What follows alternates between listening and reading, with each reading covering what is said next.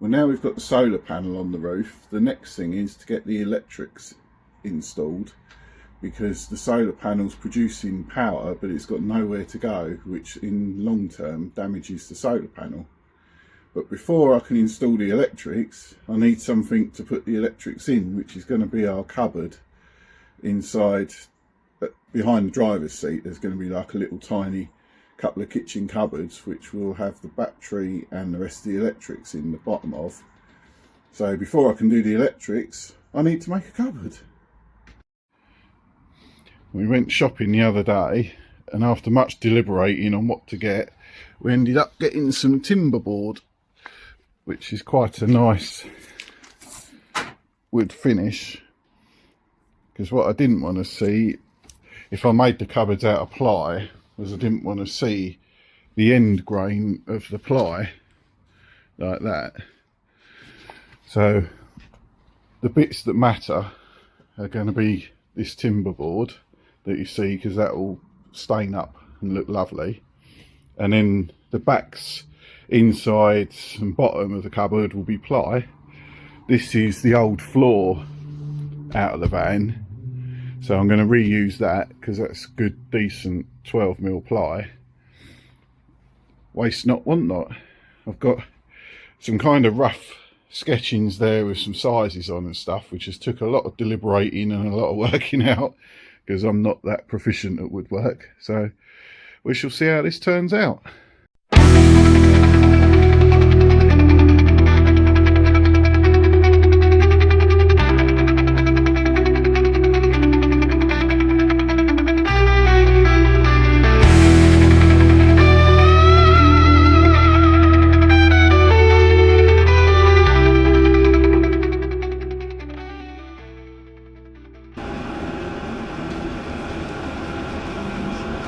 Well, as you've seen, we've cut loads of bits out already. So we've got basically the base, we've got the back, we've got the shelf for the inside, and we've got the two sides in this pine board.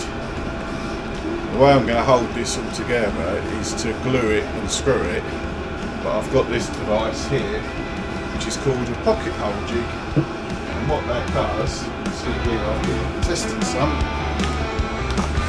it means that you can drill in at an angle so the screws will come out there, and it allows you to hide the screws, so I can drill them underneath in the base where you won't see them, and on the insides of the cupboard where you won't see them.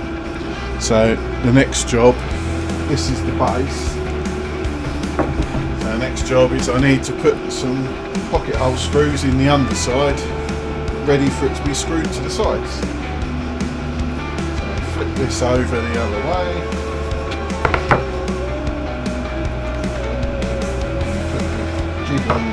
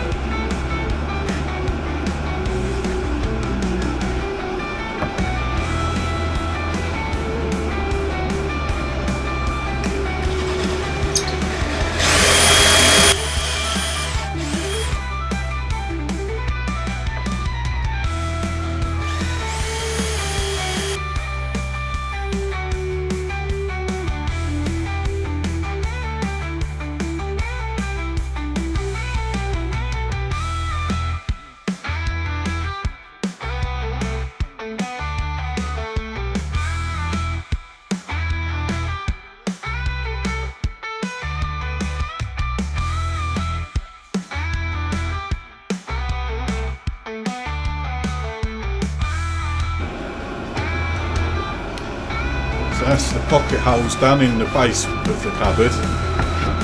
On the floor in the back of this cupboard we're going to have our battery, which is this rather small one here,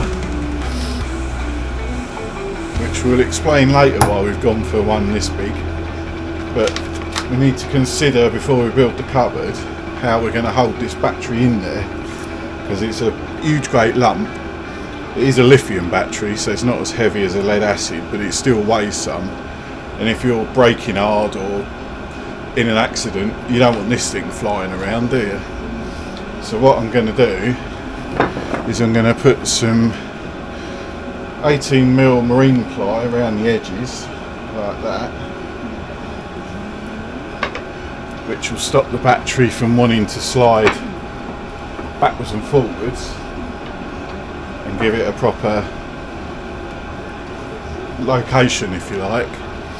And then I'm going to put some of these straps around it by cutting some slots in the base plate of the cupboard to put them through, and then we can actually strap the thing down, which will definitely stop it moving. So the straps will stop it coming up like that, the wooden stops will stop it wanting to slide about.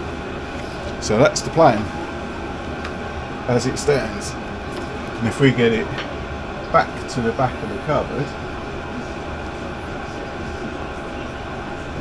there,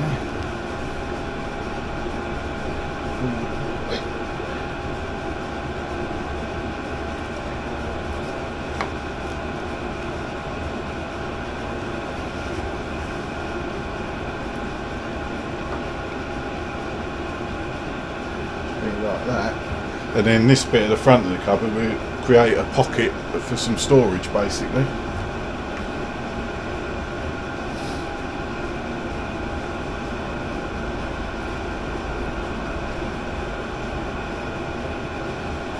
So get on with that now.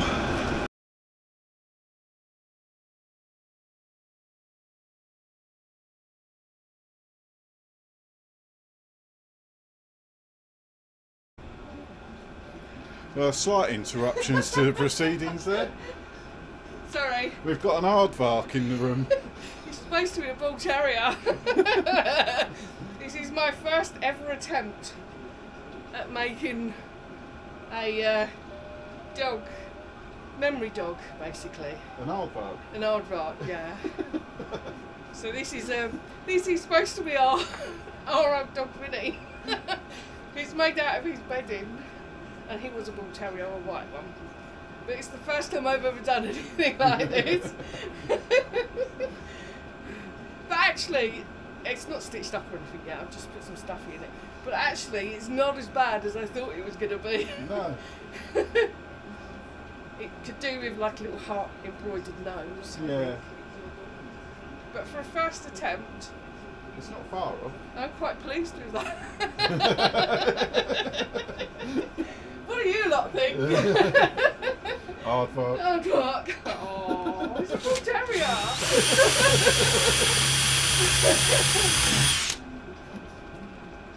I don't think it's too bad, actually. No, it's not far away, is it? The arms are in the wrong place. They somehow ended up too far back. They should have been in the middle. Yeah, like wings. Yeah, but I could sort of pin them so they're a bit like that. But the ears look sort of slightly too far round his head. Yeah, it's difficult not to have that because there's a joint in the middle. Yeah. But I think it looks alright. Needs some more stuff in and slight tweaking on the stitching, but I'm quite pleased with him actually. Yeah. It's the first time you've made something like that, isn't Yeah. How you getting on with the cupboard? Getting that slowly but surely. Good. You can go back to your time lapse now. Sorry for the interruption.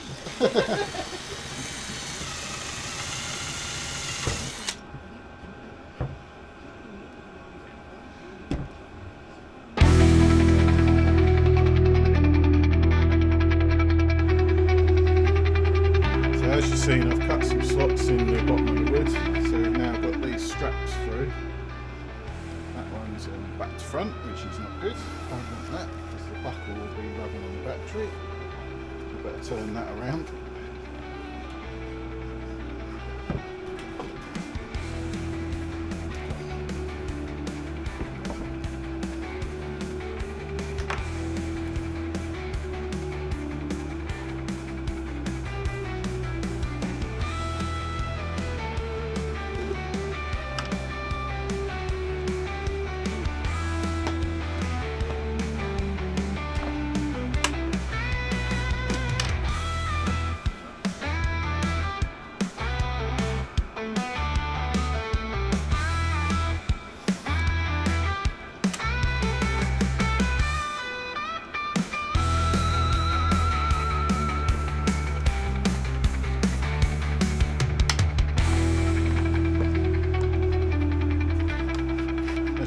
see when that's fixed down to the floor in the van.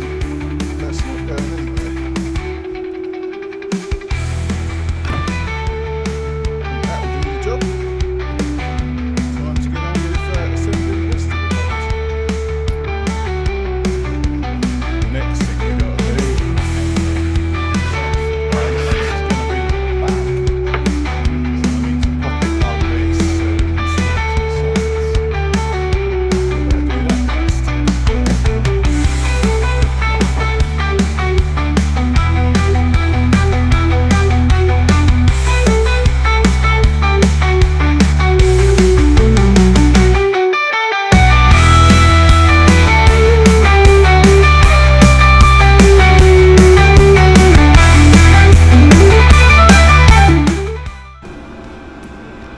I'm not sure how much of the time lapse of that I've caught because the time lapse keeps shutting off, which is a little annoying, but I'm sure you got the general gist from most of that.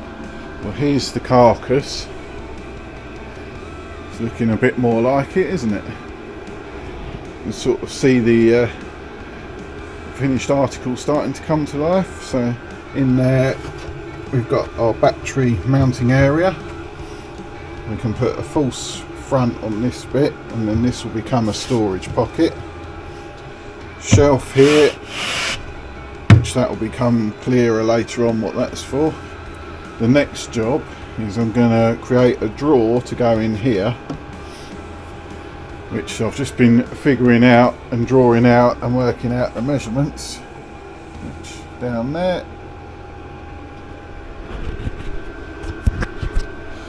So the next thing is to get marking out and get cutting.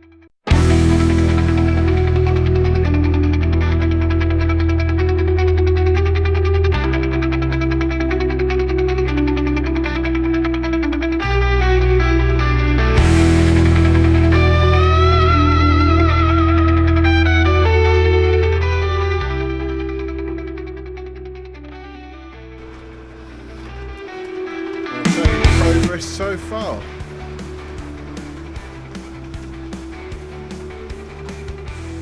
Have it. We've got push button latches, nice little drawer, soft close, and then lock so it can't come open. There's going to be a cupboard door up to here, which I'm waiting on hinges to arrive. And then we've got a smaller cupboard this side, which will have a full height door. So again, waiting on the hinges to arrive. Next thing is to put it in the van and establish how big we want the worktop side of it. The worktop's going to be made out of this same pine board and then like a oil treatment on it. But yeah, looking good so far. Bloody miserable day here at the moment, absolutely hammering it down outside. We've got another storm coming through for a change. Where the wind seems to subside a bit as the tree stops creaking. Right, pick you up in a bit.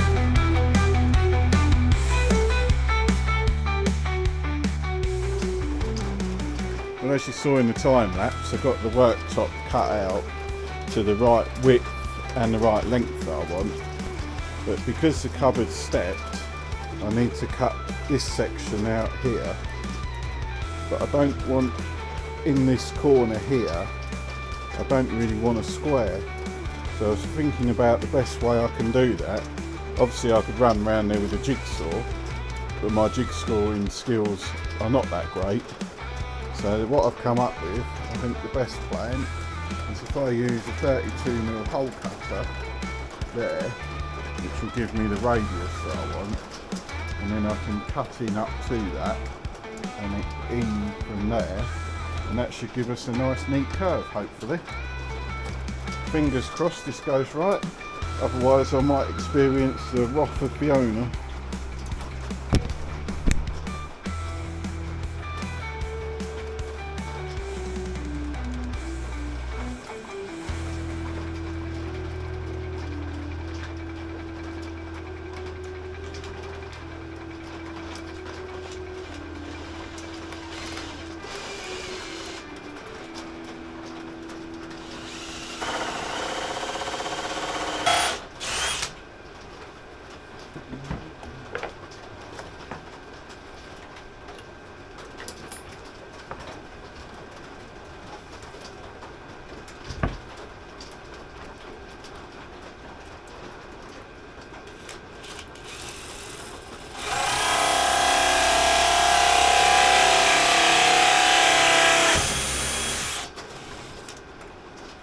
The reason I just turned that over was because I didn't want it to splinter the top as I came through.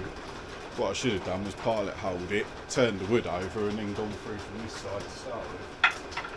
But disaster averted.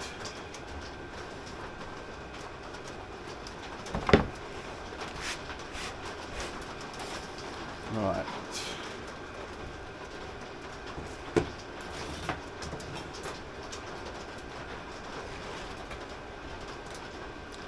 Now, best way are we going to cut this?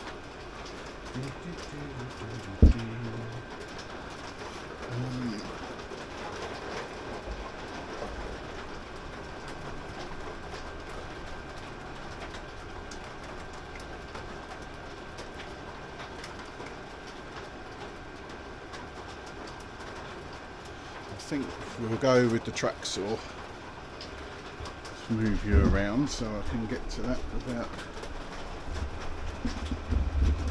falling over the camera.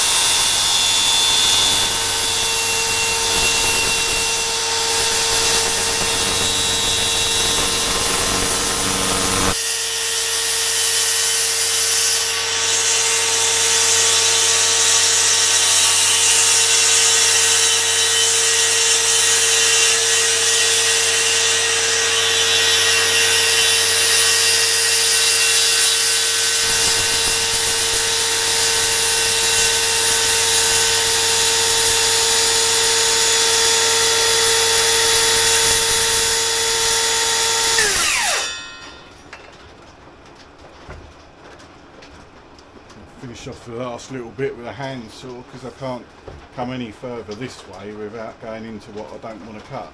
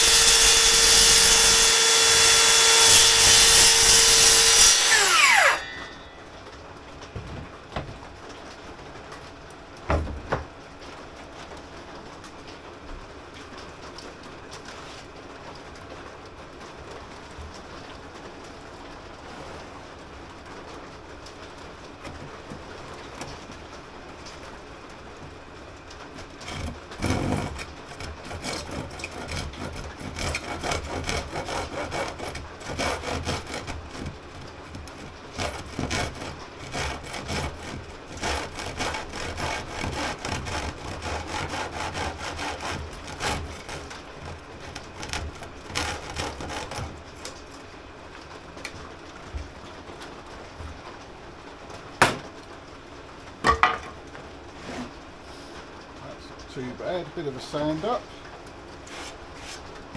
and I think we'll be good. Yeah, quite happy with that. That worked how I wanted it to.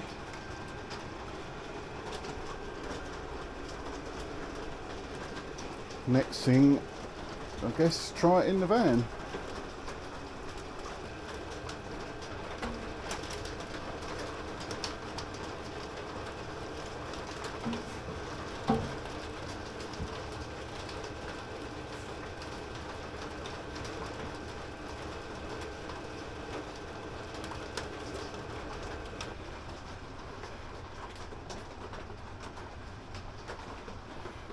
So the bit behind the seat is where our inverter is going to go, which is why there's that space there with a bit of an overhang on the top of the worktop. And obviously from the right hand side backwards is where the rest of the bench seat for the bed will go. So yeah, I think that's looking pretty good.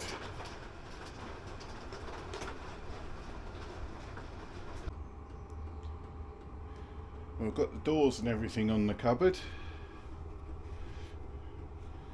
Looking a bit more cupboard-like now. Did make one mistake in my design though. Originally, my plan was to have the door all the way up to there and have the drawer concealed behind the door.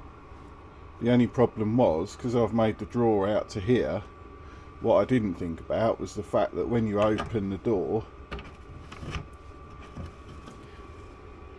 you need the drawer to be able to come past the hinges and that thickness of wood.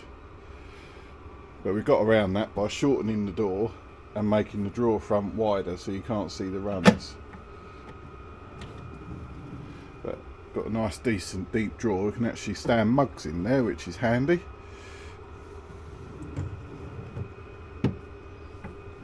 Push that in, but it's actually soft close. And then the motorhome style push button locks.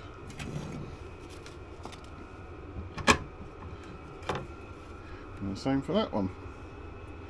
So I think my next thing I'm going to do is I'm going to take the doors off and I'm going to run the router around the edges of them so that it rounds them up a bit, the same as the top, so it just softens the edges up nicely. And then it's going to be sand up and final sand up and get a coat of oil on everything. Pick you up after that. Well, there we have it, guys. The cupboard is all oiled up, looking lovely. That's how it look when the worktop's on.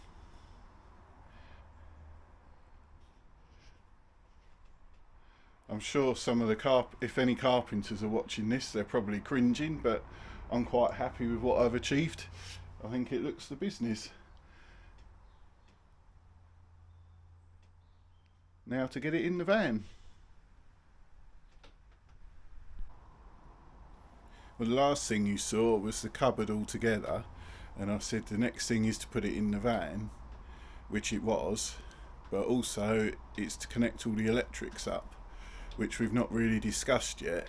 I was hoping to film as much as possible, but it's just not possible in the confines of the shed. I think all you'd have got is the back of my head. So I'll run through briefly what it is we're actually fitting electrical wise, and I'll show you some of the bits and how far I've got with the install so far. And at the moment, this is the scenes of devastation on the bench where I've got all my electrical bits and pieces out. So we decided early on that we wasn't going to have gas in the van, which then poses the problem of what are we going to cook with. Well, the only other option is electric, really, which you've seen. We put a 200 watt solar panel on the roof, which we covered in an earlier video, because that had to happen before we could put the roof lining back in so the cables could be run. But we have gone for a monster 280 amp hour lithium battery, which is going to power a 2000 watt inverter, which will be ample enough power to run an air fryer, which is also a combination microwave oven grill, and also a 700 watt microwave. So the combination of them two things, we shouldn't starve, hopefully.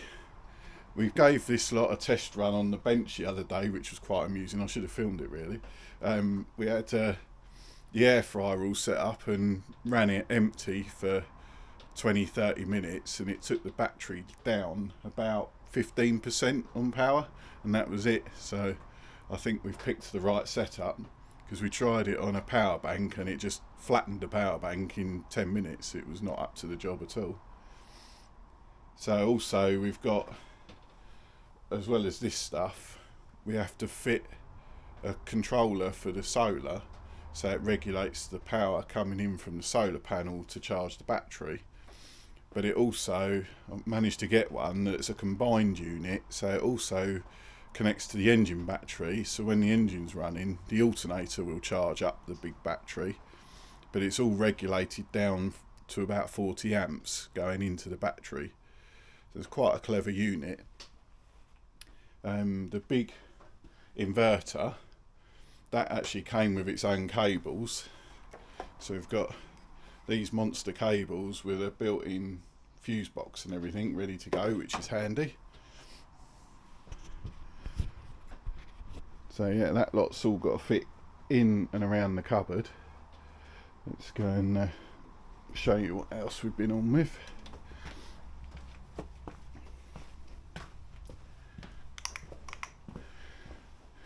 So to connect up to the engine battery, obviously we've had to come into the engine bay, and because of the length of the run, it means you have to spec thicker cables than what's actually needed to allow for voltage drop.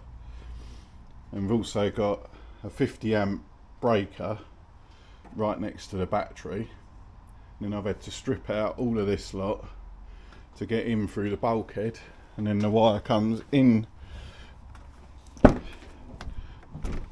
through underneath the dash, goes underneath the floor, goes down between the seats, and then eventually comes out there at the side of the cupboard. This is our DC to DC controller, which is what's going to control the solar and the alternator current for the battery. And obviously you saw in the making of the cupboard, the big battery is going to live there. We've also got 12 volt fuse box, which will be for fuses for the lights and USB chargers and things. We've started running wires through the back of the cupboard, which you can see there in the conduit, which will go through, that's not helpful, to the switch, which will be in the end of the cupboard there, and eventually there'll be USB chargers and things. But yes, it's a lot of cabling, a lot of thinking about routes to take, where there needs to be fuses, how to connect it up and everything. But as you can see, it had been very difficult to try and film me doing this, because it ended up watching the back of my head most of the time. But we're getting there. Slow and steady wins the race.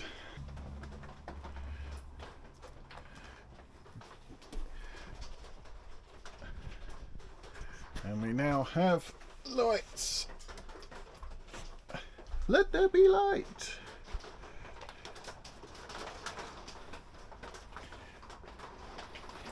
See, microwaves all secured in. Air fryer will go in the bottom of the big cupboard.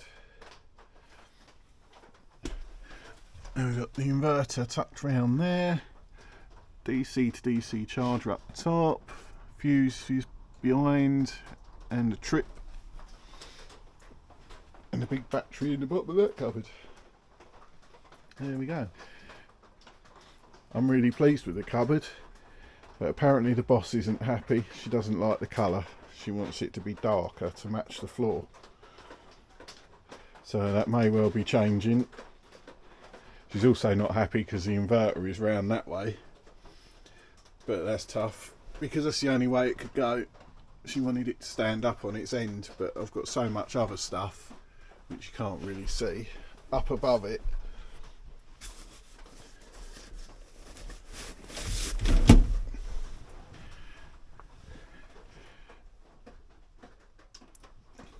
As we've got all that lot in there, you can see it in the darkness. If I'd stood the inverter up, I wouldn't have been able to get that lot in, so she'll just have to like it that way. I think it's more practical because you can see the display on the front of it, which is down there. Although it does come with a remote lead and a separate display that you can have up somewhere, it just saves having to fit that. So yeah, that's the story so far.